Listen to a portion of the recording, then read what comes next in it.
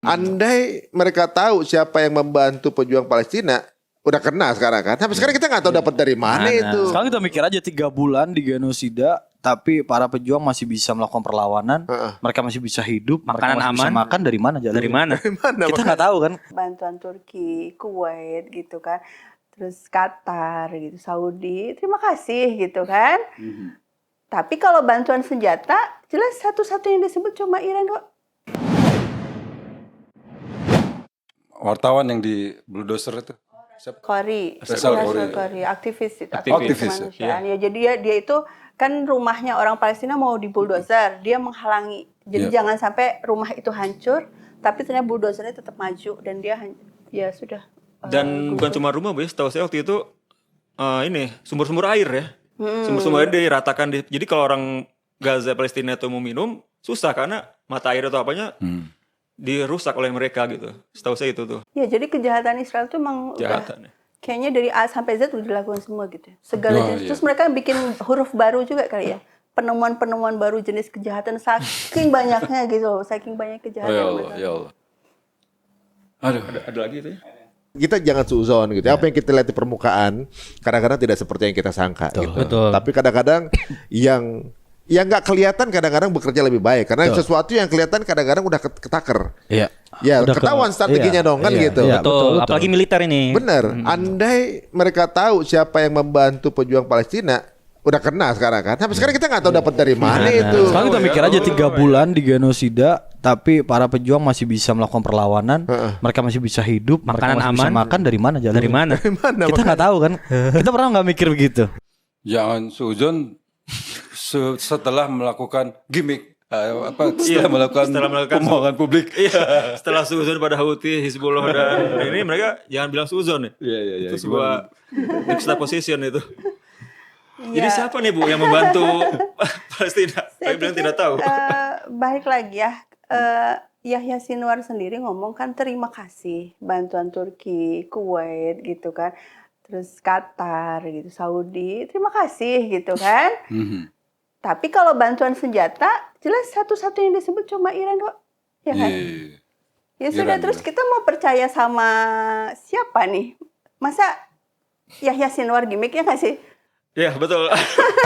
Kan bingung ya, orang yang betul-betul di lapangan pimpinan Hamas betul-betul dia yang melakukan perang gitu kan. Anggota keluarganya juga gugur juga di bom. Terus dia disebut gimmick. Ya itu saya pikir terlaluan banget. Ya bingung juga ngomongnya apa gitu. Tapi logis juga kalau misalnya Arab ngebantu persenjataan ke Hamas. Karena persenjataan Arab dari Amerika. Nggak mungkin juga kan? Iya juga. Oh iya. Iya benar-benar. Iya benar. Iya ada. Bu, jadi ini sudah jelas ya, ini ICJ bilang mereka mengarah ke genosida kan. Seluruh dunia udah penuh setiap weekend itu demo-demo mulai dari negara Islam, negara Barat, negara mana kan. Tapi kok Israel sendiri seperti yang buta mata, buta telinga, buta batin ya. Itu kira-kira kenapa sih Bu? Iya karena Israel itu sudah melakukan itu 75 tahun. Dan tidak pernah ada yang bisa menghukumnya kan selama ini. Jadi dia sudah sampai pada posisi nggak akan ada yang bisa melarang saya lagi gitu. Nggak ada satupun yang bisa melakukan apapun terhadap kami gitu lah. Posisinya udah sampai sekuat itu perasaan Israel tapi kan ya. Tapi yang kalau kita ingat Said Hasan Nasrullah kan pernah ngomong Israel tuh lebih lemah dari sarang laba-laba gitu ya. Karena apa? Karena perlawanan kita lihat 6 bulan ini. Ya sebenarnya betul juga dia tadi itu orang ini bicara ya Hamas ini kok masih bisa bertahan ya kayak gitu ya. Senjatanya dari mana gitu kan? Makanan dari mana? Itulah bukti bahwa Israel yang kelihatan kuat itu sebenarnya bisa pada suatu saat bisa dikalahkan gitu kan. Dan kita lihat betapa senjata yang atau tank yang $3,5 juta itu ternyata bisa kalah Merkava tuh ya, dengan Yasin 105 gitu yang harganya jauh berbeda ya, itu kayak $200 gitu per unit gitu kan. Itu kalau itu nggak balik modal. Jadi artinya kita juga tetap memelihara optimisme kita bahwa Israel yang kelihatannya sekuat itu nggak bisa diapa-apain gitu ya, tapi suatu saat pasti akan kalah. Karena siapa? Karena perjuangan orang Palestina. Dan kewajiban kita yang di luar ya membantu gitu ya. Betul. Bukannya menghalangi bantuan. Kalau orang-orang kayak gini malah menghalangi bantuan kan? Ya kan? Jadi gini, misalnya Houthi atau Ansarullah membantu, Hizbullah membantu, milisi Irak membantu dengan caranya masing-masing. Iran membantu. Terus difitnah, dibilang hoax, dibilang gimmick. Berarti kan menghalangi orang membantu, ya nggak? Kan misalnya ketika orang misalnya jadi opini publik menjadi tidak suka nih sama dengan negara-negara tersebut, dengan Iran, dengan Yaman, kita nggak usah kerjasama ekonomi misalnya, kan bisa semakin lemah negara tersebut ya. Ketika lemah kan ya gimana mau bantu Palestina, kan berarti kita bisa kategorikan ini adalah upaya seperti ini malah menghalangi bantuan terhadap Palestina. Justru kita harusnya kan bantu Palestina. Secara tidak langsung malah menyusahkan Palestina ya. Ya. Ya mudah-mudahan lah tayangan kita di reaction lagi sama mereka nih. Pengen tahu mudah-mudahan. Mungkin terakhir nih ya. Kan Houthi memblokade Laut Merah kan. Terus kemarin ada baca-baca berita. Ternyata tetap bisa masuk barang-barang ke Israel via jalur darat. Lewat Saudi dan Jordan itu. Apakah betul itu, Bu? Betul. Wah. Ya. Jadi secara tidak langsung. jadi gini. Kan Houthi itu, saya selalu kebawa nyebut Houthi ya. Jadi sekali lagi ya Houthi itu salah satu klan, ya suku di Yaman gitu. Dan memang tokohnya Houthi itu pemimpin dari aksi revolusioner di Yaman gitu ya.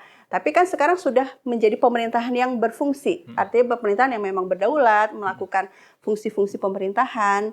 Nah, militernya juga militer resmi. Jadi serangan-serangan yang dilakukan itu adalah serangan dari sebuah negara resmi gitu ya. Nah, kemudian sampai mana? Jalur darat. Apa sih tujuan militer Yaman memblokade? Kan supaya suplai logistik ke Israel terputus. Yang namanya perang butuh logistik. Begitu logistik terputus, pasti Israel akan menyerah itu ya. Rakyatnya kelaparan misalkan. Iya. Jadi sebenarnya ini langkah yang sangat strategis, melarang masuknya logistik. Nggak taunya akhirnya kapalnya berhentinya di Uni Emirat Arab, masuk ke Arab Saudi, masuk ke Jordan, masuk ke Israel gitu. Aduh. Dan orang-orang Jordan itu sampai aksi demo loh. Kenapa? Karena ya untuk menghalangi truk-truk itu masuk ke Israel, truk-truk yang berisi sayuran dan lainnya itu masuk ke Israel. Terus akhirnya pemerintah Jordannya malah merepresi orang-orang demo ini. Ada videonya tersebar. Wah, nanti mungkin bisa setel. Jadi selama ini Israel bisa bertahan hidup karena barang-barang kebutuhan pokoknya kirim dari Saudi, dari Jordan gitu ya, jalur daratnya ya. Jadi yang satu mempersulit Israel, yang satu Saudi dan kawan-kawan mempermudah. Yang satu nuduh gimmick. Aduh, ini gimana? Saya pusing gini ya. Tapi ini sih maksudnya tetap lebih mahal akhirnya. Jadi maksudnya ada efek juga. Efeknya tetap besar karena akhirnya misalnya kalau itu kan yang terbatas barang-barang pangan ya. Tapi kalau yang lain-lain gitu bahan bakar apa kan harus muter dulu ke Afrika tuh. Tambah lama, tambah mahal. Perusahaan-perusahaan asuransi juga berkali-kali lipat naruh meminta bayaran insuransinya karena kan risikonya sangat besar. Betul. Kayak gitu. Waduh, alhamdulillah. Banyak sekali nih insight kita dapat ya. Iya benar. Semoga pemirsa yang nonton ini bisa juga dapat wawasan ya dari cover both sides. Khususnya dari Budina yang dalam hal ini menurut saya otoritatif ya. Iya. Orang betul. emang pakarnya yang emang didukung oleh bukti-bukti tekstual, oleh apa? Ya mungkin gini, saya memberikan analisis dengan latar belakang akademis. Betul, dan itu Ibu pertaruhkan kan ya. Kalau Ibu salah ngomong, Ibu sebagai akademisi. Artinya gini, ketika kita menganalisis itu sebenarnya di back mind kita ada teori gitu kan. Sebenarnya teori tentang geopolitik, teori tentang ada word system teori, ada saya suka pakai strukturalisnya Galtung untuk menganalisis Timur Tengah. Coba kan nggak perlu disebutin juga gitu. Hasilnya tadi seperti itu gitu. Nah itu akan berbeda hasilnya dengan orang-orang yang punya bias, punya kebencian tertentu sehingga dia pakai teori halusinasi. Katanya nelpon kedutaan gitu kan, kata siapa tadi gitu. Cukup katanya saja ya. Ininya argumennya ya. Oke. Sebagai penutup dalam kajian yang kita ikutin hadis Imam Arba'in An-Nawawi ada tentang nahi mungkar. Salah satunya hadis kalau kita nggak bisa mencegah kemungkaran dengan apa? Doa apa? Dengan perbuatan, tangan dan doa. Nah, ini mungkin sebagai perjuangan kita kalau nggak bisa doa, tangan atau apa? Share. Betul. Tayangan ini sebagai bagian dari jihad. Hubud Palestina tadi ya, cinta pada Palestina ya, perjuangan. Aduh, terima kasih Bu atas kehadirannya. Sama-sama. Mudah-mudahan keberkahan bulan suci Ramadan menyertai Ibu dan keluarga. Amin. Kita semua mudah-mudahan video ini menjadi pencerah juga ya. Iya. Untuk meminimalisasi lah, minimalisir atau memberi pandangan yang apa? Alternatif pandangan. Alternatif pandangan, betul. Oke. Terima kasih. Selamat menjalankan ibadah puasa. Assalamualaikum warahmatullahi wabarakatuh. Waalaikumsalam warahmatullahi wabarakatuh.